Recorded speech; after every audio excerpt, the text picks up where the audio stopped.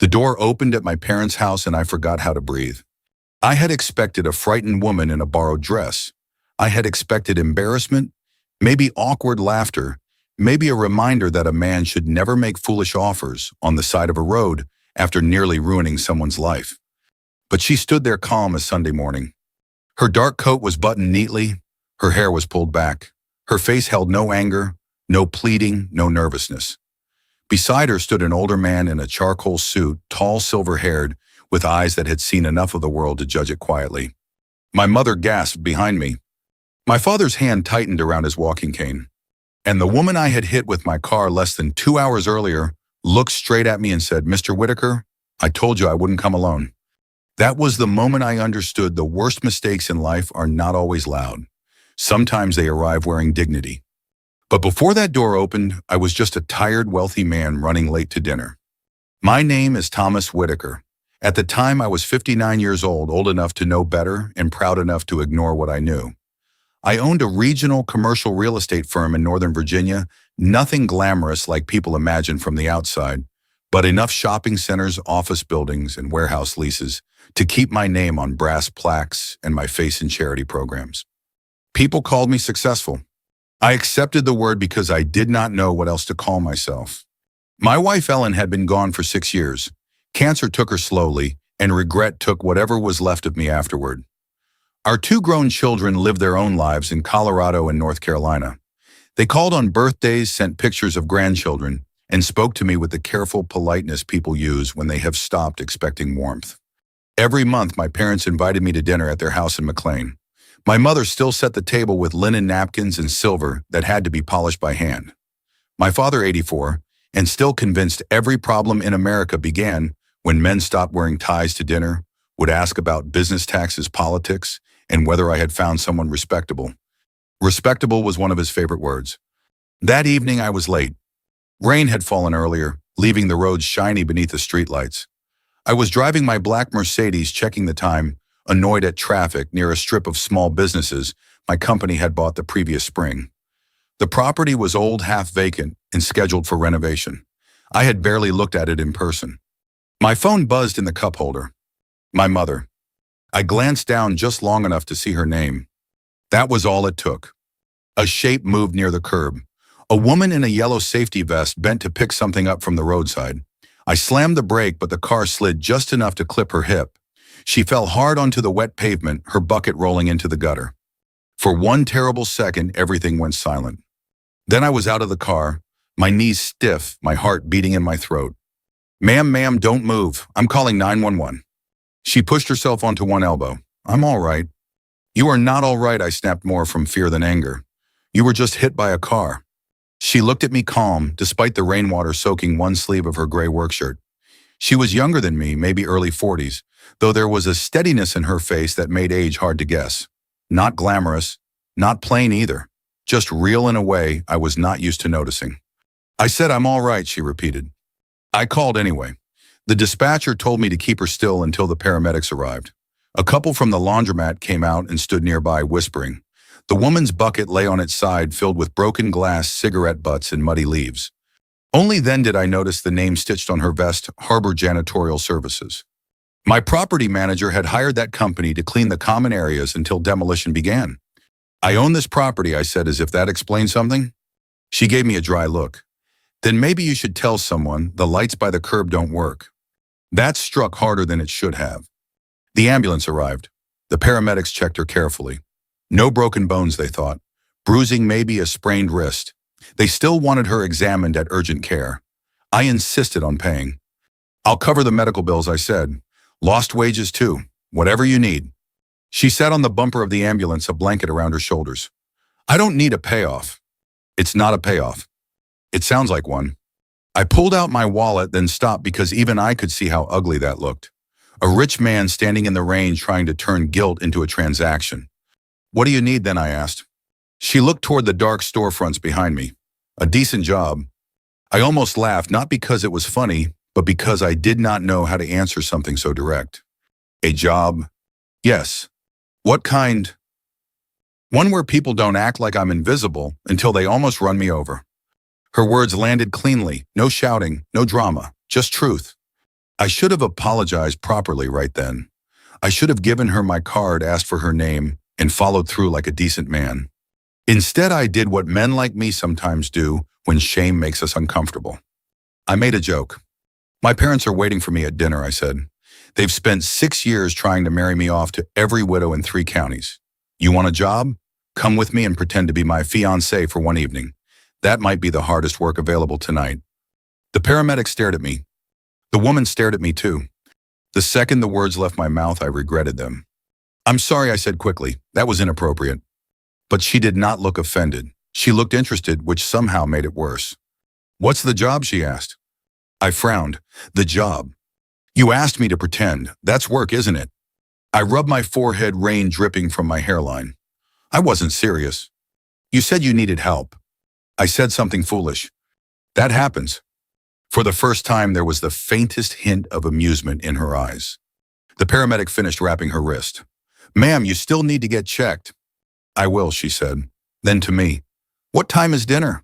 I should have stopped it. Any reasonable man would have. 7:30, I said. Address him. I gave it before I could think better of it. Then she said the sentence that should have warned me. I'll come, but I won't come alone. I assumed she meant a friend, maybe someone for safety, maybe a sister. Honestly, I did not think about it much. I was too busy feeling relieved that she was alive and not screaming, suing, or lying broken under my front bumper. What's your name, I asked. Clara, she said. Clara Bennett. I handed her my business card. Thomas Whitaker. She glanced at the card, then at the building behind me. Yes, she said softly. I know. Something about the way she said it made me uneasy. But my phone buzzed again. My mother. The ambulance lights flashed red across the wet pavement. The whole scene had become too embarrassing to stand in any longer. I'll make this right, I told Clara. She looked up at me from beneath the blanket. Then start by seeing people before you hit them. I had no answer. I drove to my parents' house with damp cuffs, shaking hands in the foolish belief that I was still in control of the evening. I did not know Clara Bennett had already seen through me. I did not know the man she would bring to dinner had every reason to remember my family name. And I certainly did not know that by the time that front door opened, the woman I had mistaken for a janitor would begin taking apart the quiet arrogance I had spent a lifetime building. I stood there for a moment after closing my car door, staring at my parents' house like it might offer me some kind of answer. It never did. The Whitaker house had been the same for 40 years. White brick, black shutters, trimmed hedges that my father still insisted on inspecting himself even now. Order, control, appearances. That was what the house stood for. That was what I stood for too, or at least what I had convinced myself of. I checked my reflection in the car window. My shirt was damp at the cuffs. My hair, thinner than it used to be, was still slightly out of place from the rain. I smoothed it back, straightened my jacket, and told myself to get through dinner like I always did. Simple, predictable, safe. Except tonight I had invited a stranger I'd hit with my car to pretend to be my fiancée. And she had said yes. Worse, she had said she wouldn't come alone. I should have called her, canceled, sent money anyway, apologized properly, ended it before it could begin. But I didn't. Because a part of me, the part I didn't like to examine, was curious. And another part, if I'm honest, was tired of being the man who always played things safe. I walked up the stone path and rang the bell even though I had a key. My mother liked formality. It made her feel like things were still the way they used to be. She opened the door before the second chime. Thomas, she said, her voice already carrying that gentle edge of disappointment. You're late. I know. She stepped aside, letting me in. The smell of roast beef and rosemary filled the air. It hit me with something close to memory. Ellen in the kitchen years ago, laughing at something I didn't hear because I was reading emails at the table. That kind of memory doesn't shout. It settles quietly in your chest and refuses to leave. My father sat in the living room, his cane propped beside his chair, the evening news playing low on the television. You're late, he said without looking at me. I've noticed, I replied. He muted the television and turned his attention fully to me, which was always worse. What happened? I hesitated just long enough for him to notice. Traffic, I said. He gave a small dismissive nod. Excuses are the currency of the unprepared. My mother sighed softly. Frank, please, not tonight. Every night is the same night, he said. That's the problem. I loosened my tie. Good to see you too. We moved into the dining room. The table was set perfectly, china plates, folded linen napkins. the silverware aligned like soldiers. My mother had even lit candles, though it wasn't a holiday. "Sit," she said. "Dinner's almost ready." I took my usual seat, the one Ellen used to sit beside me in. That empty space had long since stopped surprising me, but it never stopped meaning something. My mother poured wine. My father watched me, and I realized I couldn't get through dinner pretending nothing had happened. "There's something I should tell you," I said. That got their attention. My mother paused mid-pour. "What is it?" "I'm not alone tonight." My father leaned back slightly, meaning, "I invited someone to dinner." Silence. Not the comfortable kind. My mother set the bottle down slowly. "Someone." "Yes." She looked at me carefully the way she used to when I came home late in high school. "A woman." "Yes." My father's eyebrows lifted just enough to signal interest. "Well, that's unexpected." "She'll be here soon." My mother sat down across from me. "Thomas, why didn't you tell us earlier?" "Because I didn't plan it earlier." That part at least was true. My father tapped the table lightly with his fingers. "Who is she?" I opened my mouth and closed it again. How do you explain something like that without sounding like exactly the kind of man you don't want to be? "She works for one of my properties," I said finally. "What does she do?" my mother asked. I hesitated. "She's part of a cleaning crew." That changed the air in the room immediately. My father's expression tightened, not anger exactly, but something close to disapproval. "A cleaning crew," he repeated. "She's a janitor, Thomas," my mother asked carefully. "Yes." My father exhaled slowly. "And you thought it appropriate to bring her here." "I thought it was my decision." "That's not the point." "It is to me." My mother reached for her napkin, folding and unfolding it in her hands. "We're not judging her, dear. We're just surprised." "Yes," my father added. "Surprised that a man in your position would make such a spontaneous choice." There it was. Position. Always position. I felt something tighten in my chest, something I usually kept buried under years of practiced composure. "You wanted me to meet someone," I said. "I met someone." "That's not what we meant," my father said. "I know what you meant." Silence again. Then my mother said softly, "What's her name?" "Clara." "And you care about her?" she asked. The question caught me off guard. Did I? I had known her for less than an hour. I had hit her with my car. I had made a joke that should never have been made, and now she was coming to dinner. "I respect her," I said. That was the closest thing to truth I could offer. My father studied me for a long moment. "Respect is a beginning," he said, "but it is not enough." I almost laughed at that. Respect had been absent from most of my life's important relationships. It would have been a miracle to start there. My mother stood. "Well, she said smoothing her skirt will welcome her properly. That's what matters." I nodded, grateful for her attempt at grace. But underneath it, I could feel the tension building. Not just in the room, in me. Because the more I thought about Clara, the way she had looked at me, the way she had refused money, the way she had said she wouldn't come alone, the more I realized something wasn't right. People don't behave that way unless they have something solid underneath them. Something I hadn't taken the time to see. I checked my watch. 7:26 p.m. 4 minutes. My father poured himself more wine. "I assume she understands the nature of this evening," he said. "What nature is that?" I asked. He met my eyes. "That she is entering a family with standards." I held his gaze. "She's entering a house for dinner." "For you, perhaps," he said. "For us, it is more than that." I didn't answer. Because for the first time in a long while, I wasn't entirely sure what I had brought into this house, or whether I had any right to it. The clock on the wall ticked louder than usual. 7:29 p.m. My mother moved toward the front hallway, adjusting a vase that didn't need adjusting. My father remained seated, composed, waiting. And I stood there in the middle of the room, a man who had spent his life believing he understood how things worked, only to realize in the span of one rainy evening that I might not understand people at all. The doorbell rang. No one spoke. I walked to the door, each step heavier than the last. For the first time that night, I felt something I hadn't felt in years. Not annoyance, not control, not even guilt. Uncertainty. I reached for the handle. And as my hand closed around it, I remembered her words. "I won't come alone." I opened the door. And everything I thought I was managing quietly began to fall apart. Clara Bennett stood on my parents' front porch as if she had been expected all along. That was the first thing that struck me. Not her clothes, though they were nothing like what I had imagined. Not expensive exactly, but chosen with care. A dark wool coat, a cream blouse, simple pearl earrings, black shoes polished clean despite the wet pavement outside. She had not dressed to impress. She had dressed to be taken seriously. Beside her stood the older man. He was tall, lean, and still in a way powerful men often are when they no longer need to prove it. His silver hair was combed back neatly. His charcoal suit looked conservative, almost old-fashioned but perfectly fitted. In one hand he held a folded black umbrella, in the other he held a worn leather folder. His eyes moved from me to the hallway behind me, then back to my face. "Mr. Whitaker," Clara said. "This is my father, Edward Bennett." I swallowed. "Good evening." Edward Bennett extended his hand. His grip was firm, dry, and measured. "Mr. Whitaker," he said, "I appreciate you inviting my daughter." There was nothing accusing in his tone. That made it worse. Behind me, my mother had stepped into the hallway. I heard the small breath she took when she saw them.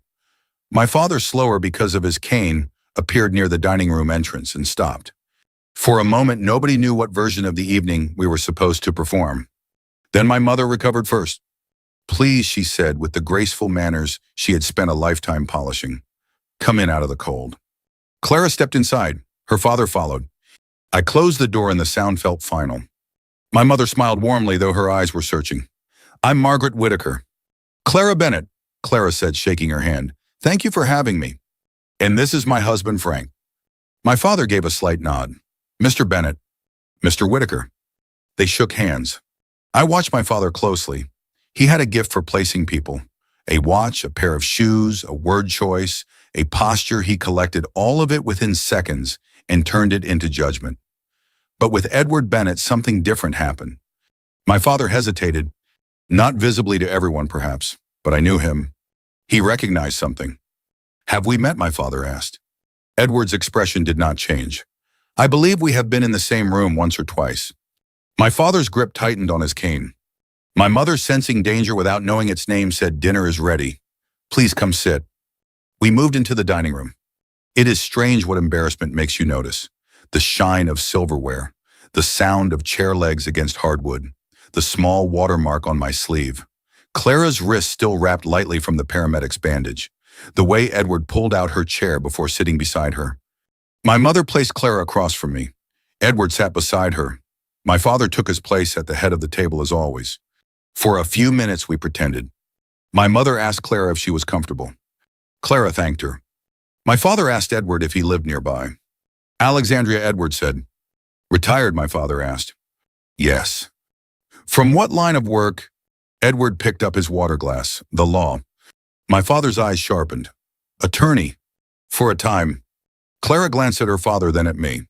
I had the uneasy feeling of being the only man at the table who did not understand the room. My mother began serving roast beef, carrots, potatoes, and green beans from the good platters. I normally found comfort in that old routine. That night, every movement felt staged. "So Clara," my mother said carefully, "Thomas tells us you work at one of his properties." Clara looked at me. Not angrily, just directly. "I do," she said. "What kind of work do you do?" "I clean the common areas for harbor janitorial services. Mostly evenings. Trash sidewalks, windows when needed." My father lowered his fork. "That must be difficult work." "It is honest work," Clara replied. A flush crept up my neck. My father gave a small nod as if he approved of the answer, but not the circumstance. "And before that," he asked. Clara paused. I saw in that tiny pause a door she had not decided whether to open. "I worked in operations for a healthcare nonprofit," she said. "Before that, program management. Before that, graduate school." My mother blinked. "Graduate school?" "Public administration." "Where?" my father asked. "Georgetown." The fork in my hand felt suddenly heavy. My mother looked from Clara to me, and I could read her thought clearly. "You brought a janitor to dinner and did not know she went to Georgetown."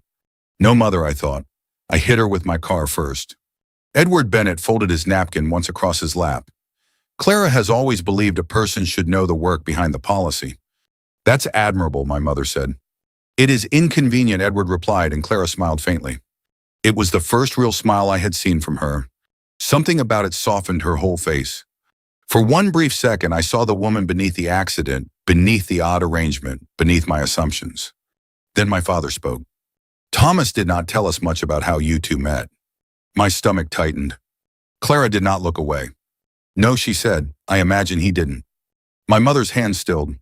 Edward set down his glass. My father looked at me. Thomas, there are moments in a life when you can still choose who you are going to be. I wish I could tell you I chose well immediately. I did not. It was an unusual meeting, I said. Clara waited. My father's eyes narrowed. Unusual how? I took a breath. There was an accident. My mother turned pale. An accident. I clipped her with my car, I said quietly. The words sat in the air like smoke. My father leaned back. You what? She's all right, I said too quickly. The paramedics checked her. I offered medical care compensation. I refused, Clara said. My father stared at me as if I had become a stranger at his own table. My mother whispered, Thomas. I looked down at my plate. Roast beef untouched. Green beans perfectly aligned. That was when Edward Bennett finally spoke in a voice low enough that everyone leaned in to hear it. My daughter called me after the paramedics left, he said. She told me a man had hit her because he was distracted. She also told me he was more embarrassed than cruel. I looked up.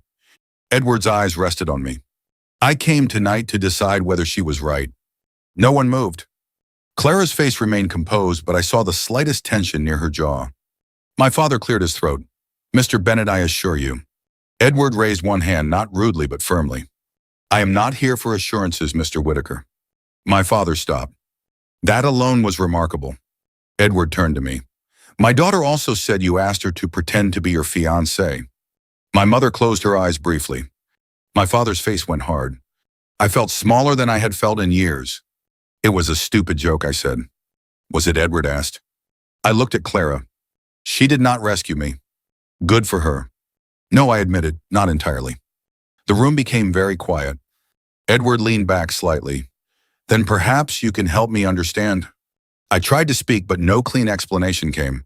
Only ugly little pieces of truth. I was lonely.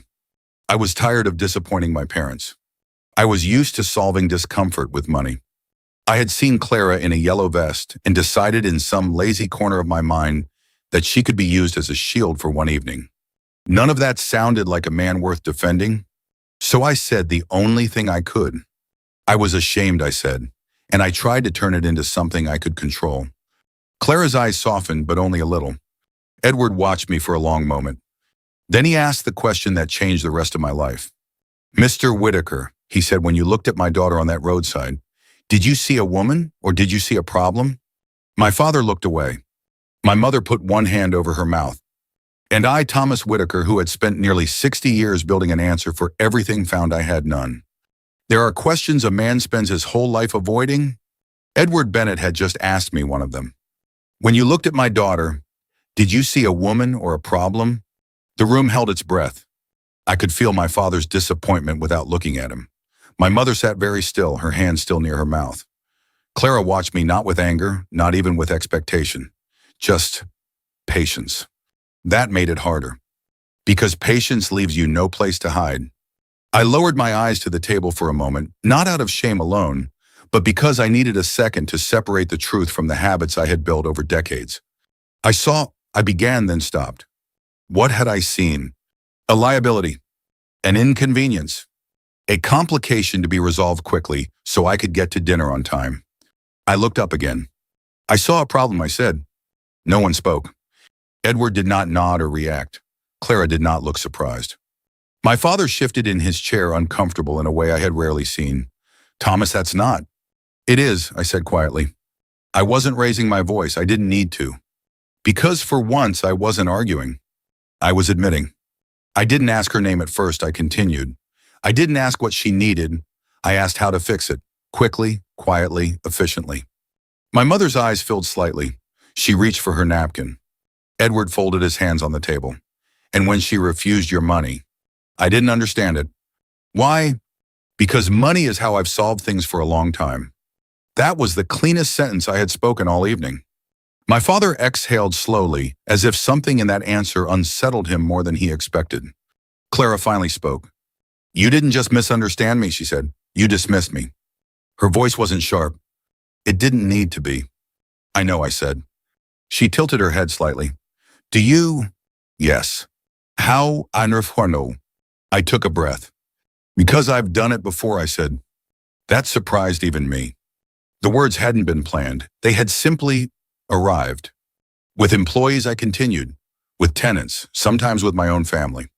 My mother looked down at her plate. My father said nothing. I leaned back slightly, feeling something shift inside me, not breaking exactly, but loosening. I've spent years looking at people in terms of outcomes, I said. What they can do, what they cost, what they solve. Edward's eyes remained steady on mine. And what do you think that has cost you? I almost smiled at that. More than I realized. Silence settled over the table again, but this time it wasn't tense. It was reflective. My mother finally spoke, her voice softer than before. Clara, you said you worked in operations before. Healthcare, wasn't it? Clara nodded, yes. Why did you leave? Clara rested her hands lightly on the edge of the table, because I stopped recognizing the work. What do you mean, my mother asked.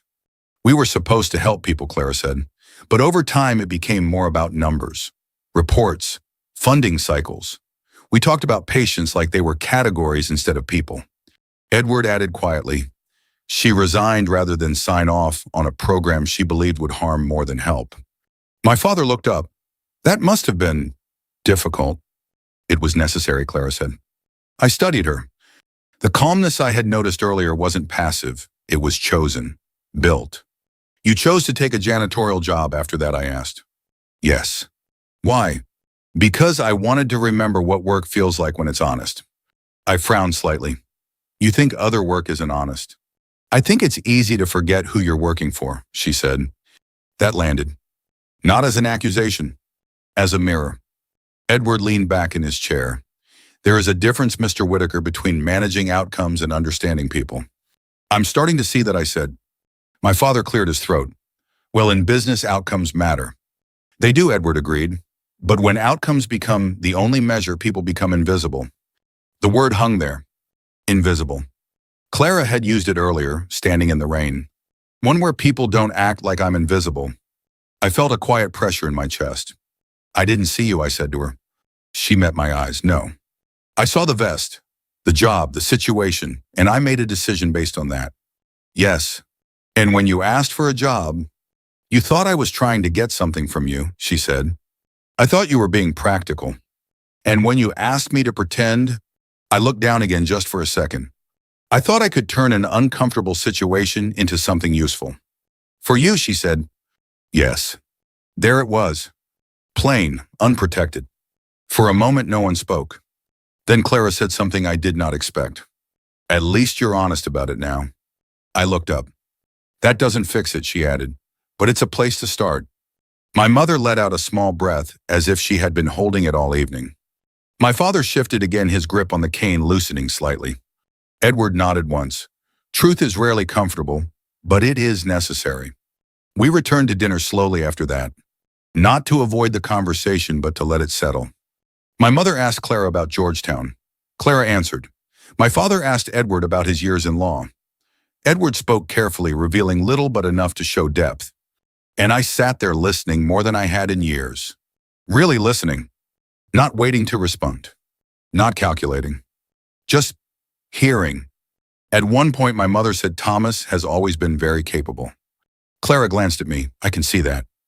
But sometimes, my mother added gently, he forgets to slow down. Clara gave a small nod. That happens. I almost smiled. Because for the first time that night, I didn't feel like I was being judged. I felt like I was being understood. And strangely, that felt heavier. After a while, the plates were cleared. The candles had burned lower.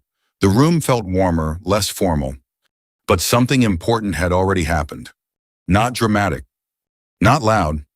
Just a quiet shift in how I saw the people sitting across from me. And how I saw myself. As Clara stood to leave, she adjusted the light bandage on her wrist. Thank you for dinner, she said.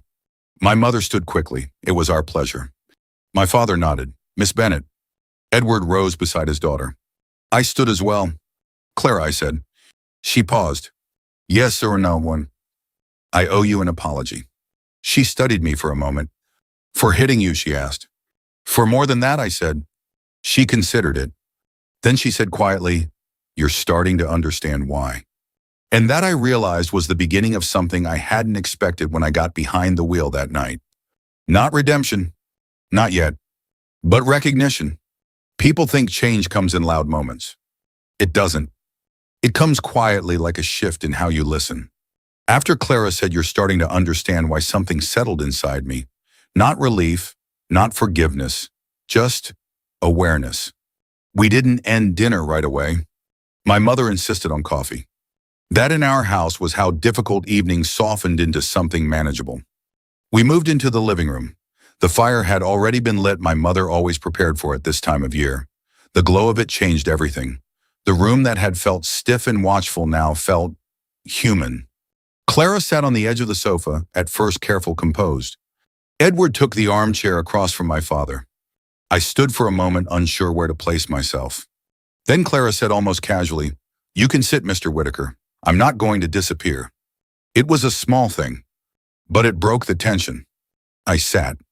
My mother brought in coffee on a tray along with a plate of small butter cookies she had baked earlier that afternoon. She always baked too much. It was her way of caring without asking. "Sugar?" she asked Clara. "Just a little, thank you." "Cream?" "Yes." The normalcy of it felt almost unreal after everything that had been said. My father cleared his throat. "Miss Bennett, Clara," he corrected himself, "which I noticed immediately. You mentioned earlier you left your previous work because of disagreements." Clara nodded. "That's one way to put it." "What happened?" he asked. Edward glanced at his daughter, giving her the choice. Clara took a sip of her coffee before answering. "We were running a regional program," she said. "Funding was tight. The board wanted to shift resources to areas that looked better on reports." My father frowned slightly. "That's standard." "On paper," Clara said. "But it meant cutting support from smaller communities that didn't produce impressive numbers." "And you disagreed," he said. "I did." "Did it cost you your position?" "I resigned." My father studied her for a moment. "That's not a common choice." "No," she said, "it isn't." He leaned back slightly. "Most people would have stayed, tried to work within the system." "I did," Clara said, "for a while. And then she set her cup down carefully. "And then I realized I was becoming someone I didn't respect." The room went still again, but not uncomfortably. "Just honestly." My mother spoke next, her voice gentle. "That must have been very difficult." "It was," Clara said, "but staying would have been harder." Edward added quietly, "Integrity often costs more in the short term." My father nodded slowly. I watched him closely. Something in him had shifted too, not completely, but enough to matter. "And the janitorial work?" he asked. Clara smiled faintly. "Temporary. For perspective. For grounding," she said. "It's easy to make decisions about people when you're far removed from their daily lives." I felt that one. Not as a criticism, as a truth I had never bothered to test. My mother leaned forward slightly. "And has it helped?" "Yes," Clara said, "more than I expected." "How?" she asked. Clara thought for a moment. "It reminded me that dignity doesn't come from titles," she said. "It comes from how you treat people and how you let them treat you." My mother's eyes softened. My father looked at the fire. And I sat there feeling like I had spent most of my life measuring the wrong things. Edward turned to me then. "And you, Mr. Whitaker?" I blinked. "Me. What has your work taught you about people?" I almost gave my usual answer, something about markets growth stability. But none of that felt right anymore. "Efficiency," I said finally. Edward raised an eyebrow. "And what else?" "In his 40s, says, I hesitated. "Distance," I admitted. Clara glanced at me. "Distance can feel safe," she said. "It does," I replied. "But it also makes it easy to stop seeing people clearly." I nodded. "I'm starting to understand that." My mother placed her cup down. "Thomas has always been very focused," she said. "On outcomes," Clara added gently. "Yes," my mother said, "but not always on the people behind them." There was no accusation in her voice, just recognition. "That might have been harder." My father shifted in his chair. "Success requires discipline," he said. "It does," Edward agreed. "But discipline without empathy can become something else." My father didn't respond immediately. Then he said, "I suppose that depends on what you value." "It always does," Edward said. The fire crackled softly. Outside, the rain had stopped. For a moment, no one spoke. And for the first time that evening, the silence didn't feel heavy. It felt full. Eventually, Clara stood. "We should go," she said. My mother stood as well, already. "It's been a long day." That was an understatement. Edward rose beside her. My father pushed himself up slowly with his cane. I stood too. We moved toward the front door together. My mother wrapped Clara in a brief, warm embrace, something she rarely did with new people. "Thank you for coming," she said. Clara smiled. "Thank you for having me." My father extended his hand to Edward again. "Mr. Bennett," he said. "Mr. Whitaker." Their handshake was firmer this time. More equal. Then Clara turned to me. For a moment, neither of us spoke.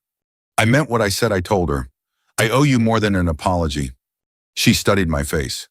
"I know," she said. "I'd like to make it right." How, she asked. That was the question. Not what I would offer, but how I would change.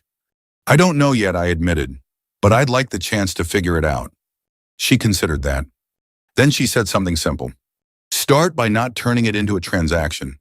I nodded. "That seems fair." She adjusted her coat. "Good night, Mr. Whitaker." "Thomas," I said. She paused. "Good night, Thomas." Edward gave me one last look, not unfriendly, not approving either. Just measured. Then they stepped out into the night. I stood in the doorway longer than necessary, watching their car pull away. Behind me, my mother said quietly, "She's remarkable." "Yes," I said. My father added, "And you underestimated her." "Yes." He tapped his cane lightly against the floor. "You do that more than you think." I closed the door slowly. "I know," I said. And for the first time in a long while, I meant it. Because that dinner hadn't just changed how I saw Clara Bennett. It had changed how I saw the quiet habits that had shaped my entire life. And I wasn't sure I could go back to not seeing them. The next morning, I woke earlier than usual. No alarm, no urgent meeting, no reason that would have made sense to the man I had been just a day before. But something had shifted. The house felt different, not physically, but in the way silence sits with you when your mind refuses to go back to sleep.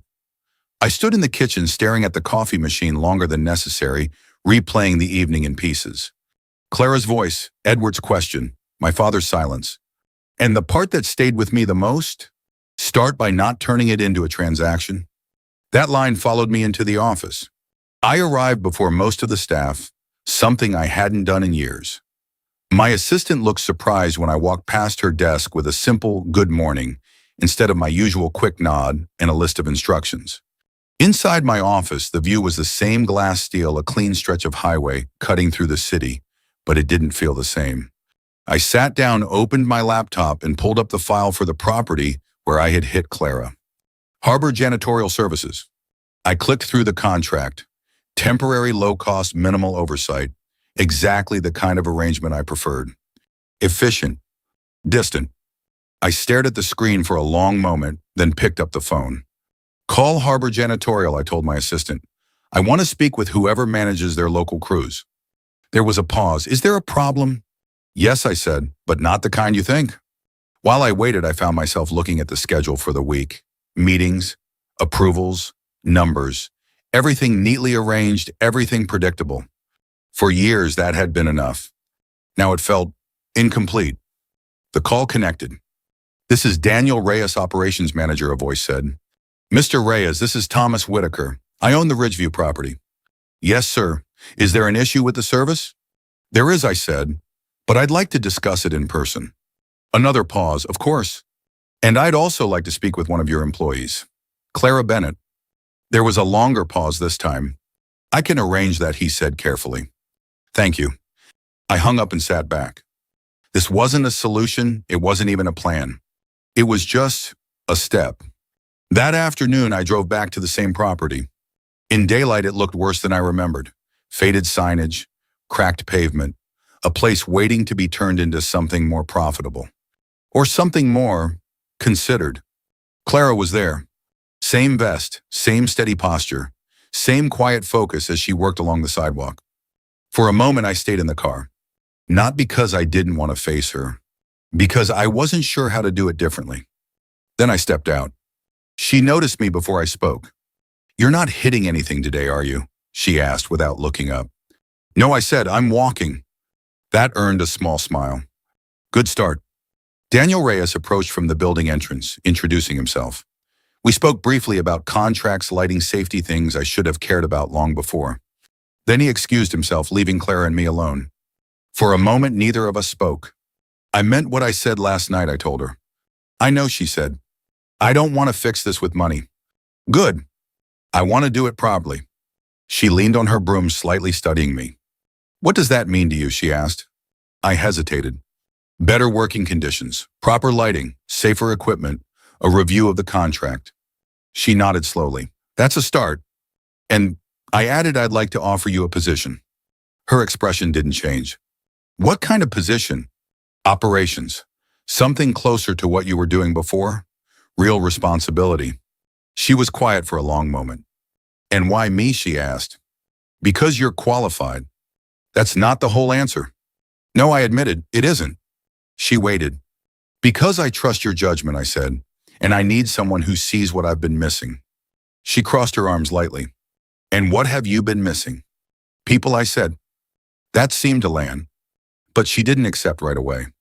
I won't be a project, she said. You won't be. I won't be there to make you feel better about yourself. I know. And I won't accept anything that compromises what I walked away from before. I wouldn't ask you to. She studied me carefully. Then she said, I'll think about it. That was more than I expected. Over the next few weeks, things changed slowly. Not dramatically. Not perfectly. But noticeably. Clara accepted the position with conditions. Clear ones. Respect, transparency, independence. And she kept them. At work, she was direct, thoughtful, and unwilling to let things slide just because they had always been done that way. At first, it unsettled people, including me. But over time, it became something else. Valuable. We didn't rush anything beyond that. No sudden friendship, no forced closeness. Just conversations. Real ones. Sometimes about work, sometimes about nothing important at all. I found myself listening more, interrupting less. Noticing things I had ignored for years, how people spoke when they felt heard, how small changes affected entire teams, how dignity showed up in quiet ways. At home, things shifted too. I called my son without checking the time first. I asked my daughter about her life and listened to the full answer. I visited my parents without waiting for an invitation. My father still had his opinions. My mother still set the table with the same care. But something in me had changed the way I sat at that table. One evening, a few weeks later, Clara and I stayed late at the office reviewing a proposal. You're different, she said suddenly. I looked up, in a good way. She considered it. In a real way. I leaned back in my chair. That's new. Yes, she said, it is. I nodded. I didn't realize how much I was managing instead of living. That happens, she said. You seem to say that a lot. Because it does. We sat in comfortable silence for a moment. Then she added, you're not the man I met on the roadside anymore. I let that settle. Good, I said. Yes, she replied, good. And for the first time since that night, I felt something I hadn't expected to feel. Not relief, not pride, something quieter, something steadier. Like I was finally beginning to understand the difference between fixing a problem and becoming someone better because of it. About a month after that night, I found myself standing in the same hallway, hand resting on the same brass doorknob. Only this time, I wasn't afraid of what might be standing on the other side. Thomas, my mother, called from the kitchen. They'll be here any minute. I know, I said. My father sat in his usual chair, though he had traded the evening news for a book he wasn't really reading. He glanced at me over his glasses. You invited them, he said. Try not to interrogate them this time. I almost smiled. I'll do my best. He nodded once. Good. That was as close to approval as my father had ever come without saying the word. The house felt different. Not because anything had changed in the furniture or the walls, but because I had. I wasn't hosting a performance tonight. I wasn't trying to prove anything. I had invited Clara and her father back because I wanted them there. Nothing more complicated than that. The doorbell rang. My mother paused mid-step, then looked at me. Well, she said. I walked to the door slower this time, not hesitant, just present. When I opened it, Clara stood there again. No vest this time. No pretense either. She wore a simple navy dress, her hair pulled back, the same way her expression calm but warmer than before. Edward stood beside her as composed as ever. "Good evening, Thomas," Clara said. "Good evening," I replied. "I'm glad you came." Edward extended his hand. "Thank you for inviting us. Thank you for accepting." We shook hands, and this time there was no weight behind it. No test. Just acknowledgement. They stepped inside. My mother greeted them warmly, embracing Clara again, which Clara returned more naturally this time. "Dinner's ready," my mother said. "Of course it is," Clara replied with a small smile. We moved into the dining room and I noticed something almost immediately. There was no tension, no careful watching, no unspoken questions hanging in the air. Just four people sitting down together. And me. Dinner was quieter than the first time, but in a good way. We talked about ordinary things. Work, weather, my father's opinions about city planning, my mother's garden, Edward's stories from his years in law told not to impress, but to share. Clara spoke about the changes she had been making at the office. Not dramatic ones, but meaningful. Better lighting in older properties. Clearer communication with staff. Simple policies that treated people like they mattered. I listened. Not because I was trying to prove anything, because I wanted to understand. At one point, my father said, "You've made quite an impression at the firm." Clara glanced at me before answering. "I've made adjustments," she said. My father nodded. "Thomas speaks highly of your work." That caught me off guard. I hadn't realized he noticed. "Thank you," Clara said. Later over coffee, Edward turned to me. "You've been busy," he said. "I have. And not just with business. Number." He studied me for a moment. Then he said, "Change is rarely comfortable." "It hasn't been," I admitted. "But it seems to suit you." I thought about that. I think it's overdue. Clara watched the exchange quietly. After a while, my mother stood and began clearing cups. "I'll help," Clara said, rising with her. They moved into the kitchen together, leaving my father, Edward, and me in the living room. My father leaned forward slightly. "You handled things poorly that night," he said. "I know. But you handled what came after. Better than I expected." That surprised me. "Thank you," I said. He nodded once. Edward added, "What matters is not the mistake, Mr. Whitaker. It is what you choose to learn from it." "I'm still learning," I said. "Good," he replied. "That means you're still paying attention." We sat in comfortable silence after that. Not forced. Not careful. Just quiet. When Clara returned, she glanced at me. "Walk me out," she asked. Of course. We stepped outside together. The night air was cool, clear. Very different from the rain-soaked evening when we had first met. For a moment, we stood on the porch without speaking. Then I said, "I owe you something." She smiled slightly. "You've already said that." "I don't mean money." "I know." I took a breath. "I owe you the truth." She waited. "I didn't just change because I felt guilty," I said. "I changed because I realized I didn't like who I had become." She nodded slowly. "That's a harder realization." "Yes." "And what do you plan to do with it?" "Keep going," I said. "Keep paying attention. Keep choosing differently." She studied my face as she had done the first night, but this time there was something softer in her expression. "That's all anyone can really do," she said. I hesitated. Then I asked, "Would you consider dinner again sometime?" She tilted her head slightly. "This wasn't dinner." I smiled. "You know what I mean." She thought for a moment. "Maybe," she said, "as long as it's not a job." "Not a job," I said. "And not a performance." "Not that either." She nodded. "Then maybe." Edward stepped out behind her. "Ready?" he asked. She turned back to me once more. "Good night, Thomas." "Good night, Clara." They walked to their car. I watched them go, not with uncertainty this time, but with something steadier. Something earned. When I went back inside, my mother was already straightening the table. My father sat quietly, his book closed.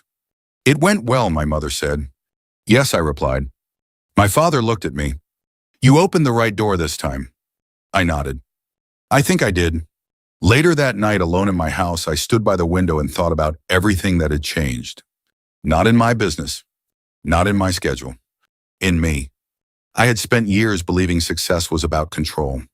About outcomes. About staying ahead of problems. But that night on the roadside and everything that followed had taught me something I should have learned much earlier. People are not problems to solve. They are lives to understand.